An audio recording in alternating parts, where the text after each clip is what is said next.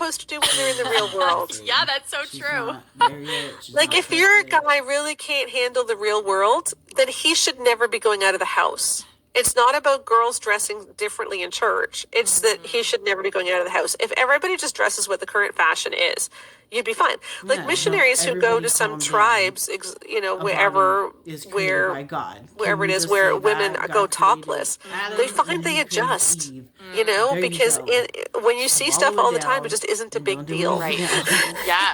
And it's how people treat or consider different body parts. And I think having much more of we're going to make people feel comfortable is a far better guideline, and that's really more in line with what Paul was talking about. I love that. Okay, my second question for single women is, I think a lot of us, myself included, grew up hearing this idea that he will have eyes for only me. So as you're talking about noticing versus lusting, I think there's this thing in many of us that's like, but if he really loves me, he won't be noticing the other girls around. Would you kind of speak to that for a minute? Yeah, and I've gotten into debates with women on the blog too that somehow if he's noticing, it means that he hasn't been fully redeemed, or we should judge beauty the same way God does, which is from the heart. But there's a difference between a thought entering your head and you actually engaging with that thought. And when we notice something, that's not a conscious thing. That's just done on a certain level. And there's cross-cultural studies that have shown that certain waist-to-hip ratios tend to be, men tend to find them attractive across all cultures. It's just hardwired. Kind of my dad too. Yeah, and people have wondered if it has to do with, like, it's a sign of greater fertility or something. I don't know. But, like, does it really matter? And this is the thing, because we want men to treat us with respect. We want men to treat us, like, to love us and to have truly intimate relationships with us and have it not just be based on sex. If you want a man to do that, then you need to believe that even if he finds another woman attractive, that doesn't actually matter, because that's not the main thing he's thinking about. Getting out of legality. And it's just, like, my husband and I joke about this a lot. Like, I think Ryan Reynolds is hot. Totally think he's hot. If he showed up at my door and wanted to kiss me, I would be totally grossed out. Like, you can think someone is hot and have it totally not matter. And it doesn't impact how I feel about my husband at all. And I think when we hyper focus on it, like he's not allowed to think anyone else is attractive, I have a wife, then we're actually putting a lot more emphasis on attraction than we should as well. Because if we think the real issue is intimacy, then you need to believe that the guy that you're with is also going to feel that way. Now, that being said, if a guy is totally checking out other women and thinking that's okay, that's not okay. So I'm saying this with a big caveat. I'm saying a guy who treats you well, where you have a good relationship, where he honors your boundaries. If he also finds Gal Gadot hot in Wonder Woman, if he's not doing anything with that information, I mean, I find Gal Gadot hot in Wonder Woman. Like, I don't know. Yeah, that's fair. Yeah, I think that's a good point. It's like, what does he do with it? And if it's like he's staring and ogling her, that's one thing, but noticing is very different and very normal. Yeah, and when we act like it's not normal, that puts a huge pressure on guys that they were not meant to have. And a lot of guys' lust problems really are caused by hypervigilance. Like, when we tell men you're never allowed to notice, and this is what we do to teenage boys, right? We basically tell them any sexual feelings they have are sin, right at a time where they are having a whole time they can't control. And so they feel like I am hardwired to sin. Which I think is why so many Christian men really do struggle with lust, because from the very beginning, they've been told this. And so they get hyper vigilant trying not to lust. But as soon as you try not to notice, you notice even more. Right. If we simply focus on how can we treat each other with respect, it really isn't as much of a problem. That's a good point. Yeah. He's basically wow. Okay. So I have two last questions for you. One is, what can a woman do to heal her perspective towards sex? what are like some practical steps she could that take towards healing, she whether was she's like, single oh, or well, married, like, and who they do might you be different find steps hot for each category or the here? same. Like, who do you But find what would you attractive in recommend? here? And I Well, was first of all, like, I said, this is a little self-serving, but read The Great Sex Rescue. I'm amazed at how Absolutely. many. I'm amazed at think how that many single she people have was read it. probably Yeah. I wasn't trying expecting to, that. I'm also like, amazed at how many men have read it. That's I wasn't awesome. expecting that either. My husband loved it. He read it before I did. Yeah. He was like, this is We awesome. were always told by publishers that men don't read books written by women. my So, dad, like, we really didn't. Oh, wow. That's sexist. John and Yeah, Anthony's were not our like publisher in close particular, but to, just like over the years I've been told that. But anyway, Wow. so that was Mama thrilling. Hymns were But a Yeah. lot of single people, a lot of and, divorced women have been reading it, just saying that oh my god.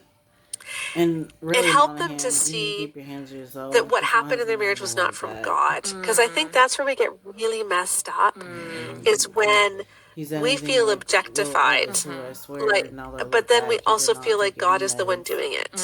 He Yeah. So this was idea not that into any med lines all because men he was struggle with probably lust, told therefore you need to have straight sex up, so that he doesn't struggle. It's now I'm God Republican, and I saying do not do that. you need to use your and you will body not to do keep that to him my from body, sinning. like- So God's the one objectifying me, and that's a the guy very was literally spiritually fighting abusive everything message. off, Yeah. And for so I women who don't are really know, struggling, it's like that now vote for stole Trump, God. be a Trump, I now have no but- safe place because God was my safe Be a place, and you Trump. took that from me. Wow. Wow. So people have found that really healing. I think step 2, what I would recommend is write out your sexual story. And I don't mean like your sexual history of what you've done with guys, but I mean, when did you first have sexual feelings? What was the context of it?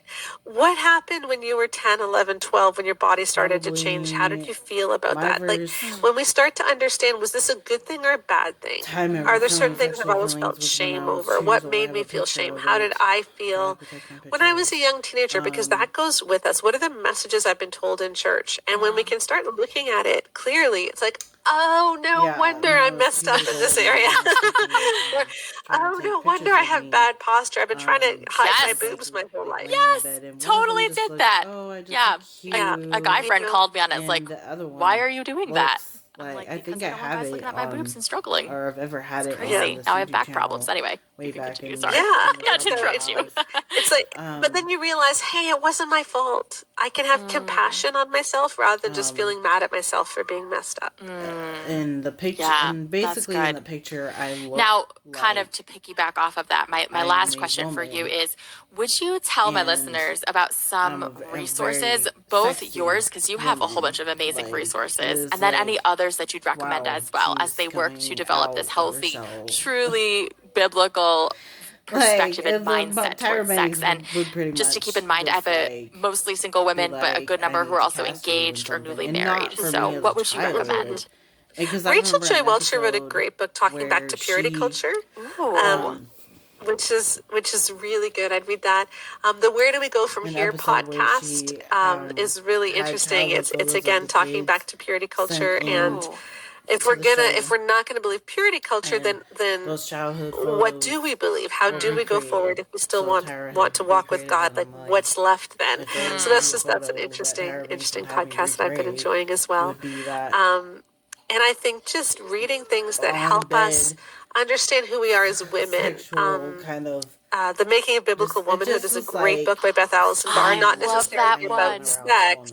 Yeah. But Thank just you, husband. Like, understanding thank you, how this husband. whole idea I'm of here. maleness and So, femaleness got started in the church, and how it really got warped, and how we can rediscover that the point isn't to be a biblical man or a biblical woman. The point is to look like Jesus, and you can do that no matter what gender you are. Yeah. And then can you tell us about your resources as well? I know you mentioned a couple already, but you can kind of like tell us about them all. Yes, so obviously The Great Sex Rescue, I highly recommend that for everyone. It's healing, it's fun, it's fascinating. You're going to want to chuck the book against the wall so many times when you start reading all the quotes where we're quoting other books, and you're going to be like, no way, they didn't really say that. That's what my husband did. He's like, I like cannot this. believe this was written. He's like, this went through how many editors and publishers, and everyone approved it? Yeah, it's crazy. So we've got that. We've got an orgasm course and a boost your libido course if you're married and struggling in this area. So those are fun. Amazing. And then in the new year, the new edition for the Good Girl's Guide to Great Sex, I rewrote it. It's 10 years since I wrote the first one. I completely rewrote it. Wow. And then my husband and I wrote the Good Guy's Guide to Great Sex, which has a lot of our survey results from men, and that's coming out in the new year as well. Ooh, those sound amazing. I'll be looking for those. Wow. Well, thank you so much for taking the time to be with us today. And definitely to all of you, check out Sheila's books and the resources she mentioned. They're all linked in the description below. And that book, The Great Sex Rescue, is a game changer. So I'll see you all next week for another episode of Outgrowing the Good Christian Girl. And thank you so much, Shiela. Thank you. Bye. I'm going to go too, y'all. Hit me up in the comments.